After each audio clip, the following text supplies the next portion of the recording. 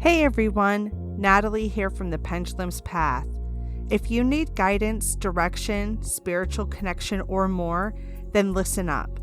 I have worked as a psychic and a medium for over 3 years, connecting people from all over the world with their loved ones in spirit, giving them insight and guidance into their current situations, the past healings that need to be worked on, and what it is they need to know today in order to have a better future. It would be my absolute honor if you would visit my website at www.thependulumspath.com.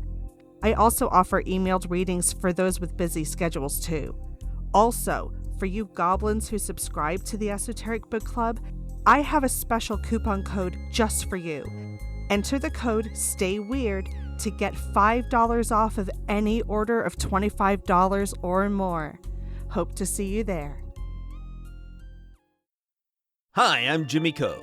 And I'm Stephen Hawk. And we're the host of the Cosmic Sponge Podcast, where we explore the unknown from UFOs and cryptids to unexplained disappearances and ancient mysteries. If you're looking for strange stories that will keep you on the edge of your seat, jump on Apple Podcasts, Spotify, or search for Cosmic Sponge on your favorite listening platform. Head on over to our website at www.cosmicsponge.com to get access to all of our content, including a full list of platforms where you can enjoy the show.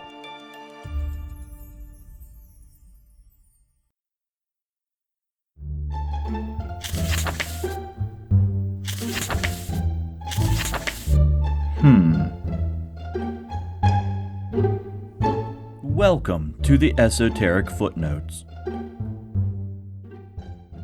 Welcome back, Goblins! Before we get started tonight, I want to take a moment to thank the members of the Esoteric Archive, specifically Annie K, Soul Rising Studios, and Grand Inquisitor Samantha. I couldn't do this without your help. If you too would like to support the show and become a member of the Esoteric Archive, you can do so at patreon.com/Esoteric Book Club. Your contributions help pay for server cost, purchase reading material, and helps to maintain a steady supply of kitty litter for my Sphinx. I really wish it would stop asking me riddles every time I enter the room. Once again, that is patreon.com/Esoteric Book Club. Now, let's get weird. This all began when I was on Facebook the other day, reading through a forum on regional Appalachian folk magic. One of the commenters on there had left a post saying, "I tried to cast this spell and it didn't work, so I'm looking for alternatives. Does anyone else have a spell that I could try?" There were quite a few responses. Many people were trying to be helpful and offering other suggestions, other spells, other options for them. After reading through most of the replies, it occurred to me, if that first spell didn't work, what's the likelihood of these other spells working for this person? So I replied, "Do you know why the spell didn't work?" After a few minutes, I got a reply back from the original poster saying, "No." So I replied again, "Well, how many times did you try this spell?" Their answer was, "Once, and it didn't work, so I didn't do it again." Okay, well, if you were going to try it again, what would you change? Well, I don't know. At any point, did you reflect upon the steps that you took to help identify or isolate an area where this spell may have gone wrong? Well, no. So if you don't know why this spell didn't work, why do you believe that a different spell would have better chances of success? Because it's a different spell? Okay, so instead of scrapping the spell entirely and having to go out to get new materials for different components, why don't you examine what you've already done, try to isolate what may have happened, and make modifications in order to make the spell more effective? I want to make it very clear that I am not recounting this story to make fun of the poster. I am recounting this story because it is something that I see that is fairly common in the magical community. And I think it stems from WitchTok and baby witches, and the fact that they are making attempts without having any sort of instruction. It's this need for instant gratification that we've all come to acquire from being in the digital age. There's no introspection as a result of the process. There's no reflection. There's no looking back saying, okay, what worked and what didn't. There's no attempt to make a focused effort. Instead, it's just about quantity over quality. You just keep doing things until something finally works. It's a lot of effort for very minimal results. More importantly, you're not really learning anything. Sure, you're doing a lot of things over and over and over again, and there's lots of repetition. And repetition is a good way to practice. But if you're practicing something incorrectly, are you really making any progress? Which leads me to my proposal. A proposal that may seem like blasphemy in the magical community. I suggest that we approach spellcraft as a science. I'm not suggesting we do things in a lab setting with monitors and electrodes and beakers, and although that does sound fun, but we need to approach spellcraft using the scientific method. Most of us probably haven't even thought of the scientific method since grade school, really. In fact, I had to go back and look up the details on the scientific method in order to record this episode. The scientific method is a series of 7 steps that allows us to examine the world around us. The scientific method was outlined by Francis Bacon in the 1600s, although he had about 1,000 years of influence leading up to this. In fact, scientific observation goes all the way back to Greek philosophy and Aristotle. In Aristotle's time, it was believed that rationality was the best way to learn about the world around us. Basically, if you could think hard enough, you could figure everything out. The problem was that people were trying to rationalize things that they had never directly observed. They were even trying to rationalize super common things where they could just step outside their home and watch something. They just didn't do it. Imagine trying to explain how a bird flies without actually watching a bird fly. I'm sure you could come up with some great theories, but if you don't know anything about their physiology, they remain just theories. So Aristotle came up with this wild idea. Instead of making a hypothesis without guessing as to why something happens, why don't we take a moment to just stop and observe? Let's watch the phenomena and see what we can learn through that. Needless to say, this did not make him popular with his peers. This concept that Aristotle came up with was known as tabula rasa, the blank slate. The idea is very simple. If you knew absolutely nothing, everything that you learn would come directly from observation. Using our example, what allows a bird to fly? If you follow Aristotle's method, you'll observe the bird and notice that it has feathers. It also flaps its wings very quickly. If you combine those 2 attributes, you can't exactly explain how they fly, but you get a pretty good idea as to why they are able to. In all fairness, the ancient Greeks also believed that if humans had feathers, they could also fly. I never said that Aristotle's method was foolproof. Jump forward a few hundred years, and most of this philosophy had been forgotten. At least, until the Islamic Golden Age of science. This time period saw the translation and transcription of hundreds of thousands of texts, scrolls, and books. And these translations were wildly popular. They were so wildly popular that even European monarchs were having these Islamic texts translated into French and eventually into English. The next person in our step towards understanding the scientific method is a monk named Roger Bacon, who is in no way related to Francis Bacon. I guess in the late Middle Ages, being named after a delectable pork dish was kind of in vogue. So Brother Bacon, which that is a fantastic name, is in favor of experimental science.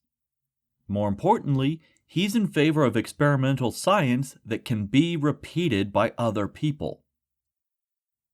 Finally, we come to Francis Bacon, who took everything that Brother Bacon and Aristotle came up with, mashed it all together with some of the translations of Islamic texts, and he came up with the 7 steps of the scientific method. He recorded this in 1620 in his work The Novum Organum, or The New Organism, and these steps are still in use today. So the 7 steps are as follows. First, you have to make an observation. You have to notice something that makes you go, After that, you move to step 2, in which you ask a question about what you just observed. And if we jump over to English class real quick, we are looking at who, what, when, where, why, or how. Once you know what you're asking, it's time to do a little bit of research. See if there's any answers that have already been established. See if there's other information that may help you answer that question. Once you've done your research, it's time to propose a hypothesis, an idea of what you think may actually be going on behind the scenes. Once you have that, it's time for the fun part. Now you get to experiment. You get to try and test out anything that you came up with in your research. At this stage, you want to make sure that you keep very, very detailed notes, because this is where your information is going to come for the next stage. Now you take a look at all the information you gathered, all the detailed notes you took from your experiments, and you come to a conclusion about that initial question that you previously asked. Most people give up at this stage. They think, okay, I have a conclusion. That's good enough. But the most important part of the scientific method is stage 7. Repeat the experiment.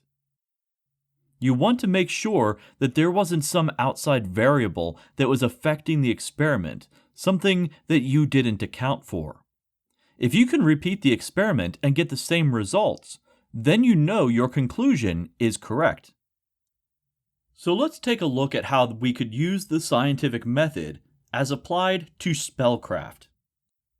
Let's say you are in a bit of a financial bind and you decided to do a money spell.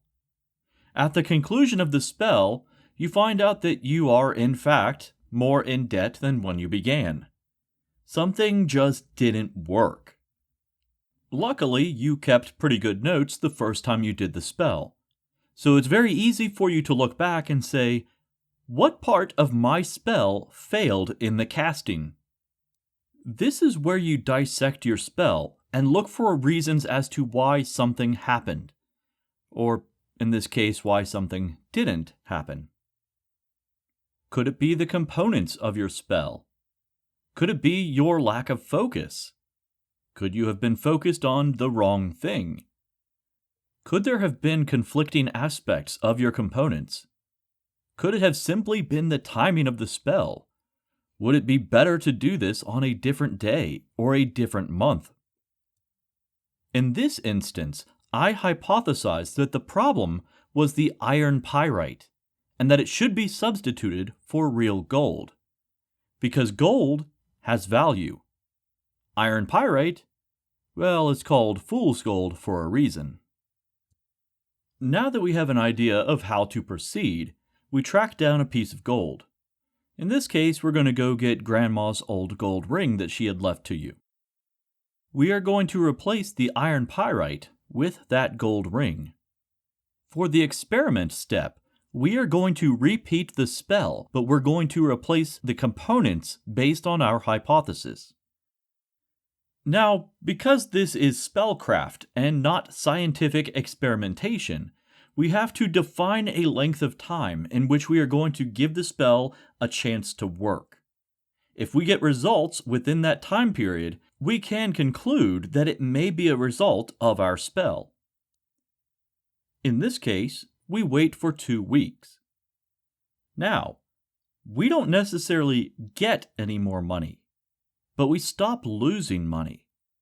So that possibly shows that we could be getting some sort of result from this. So our conclusion is that gold has a better result than iron pyrite in this spell. But did the spell necessarily work?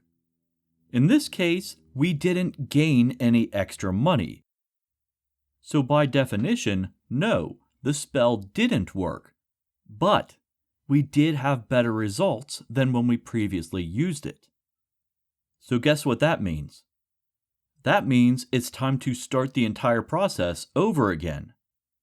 The final step of this is to repeat it, based on new observations and new information. The new observation is that the spell didn't work, but it did work better. So the question becomes, what made this work better than previous use, and what can we do to improve that in the future? Since we got improved results using actual gold, we have to consider that that may be the source. Perhaps the ring was a low carat gold. Maybe a higher carat would work better. Conversely, it could just be the quantity of gold. Maybe if you increase the quantity of gold used, that will increase the effect. So now that you have a few ideas, it's time once again to experiment. I think by now you have an understanding of how the scientific method can be used for magic. Just remember to keep good notes, record your process, and take time for observation. The Esoteric Book Club can be found on Facebook, Instagram, Patreon, and at esotericbookclub.org. If you want to get a hold of me, you can find me through one of those platforms, or you could send me an email at jason@esotericbookclub.org.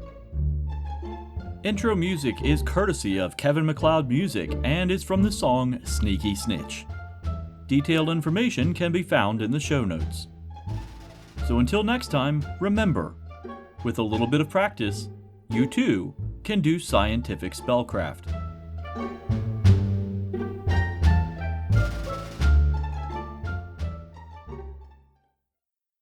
Hi, Techie Joe here. I work with Ace and Knight and some of the best psychics in West Virginia to create amazing live streams and podcasts for the Psychic Coffee Shop Network. Together, we brew up great content discussing news, events, hot topics, and more, all from a psychic perspective. On the Psychic Coffee Shop, we interview amazing authors in the metaphysical realm. Coffee and Tea combines ASIN with Tracy, Dottie, Natalie, or Lady Gwendolyn for the good and the bad of being a psychic. Shameless Self-Promotion with Dottie the Psychic talks to leading and emerging YouTubers and business owners in our community. Mountain Bears brings you the latest in LGBT news and politics.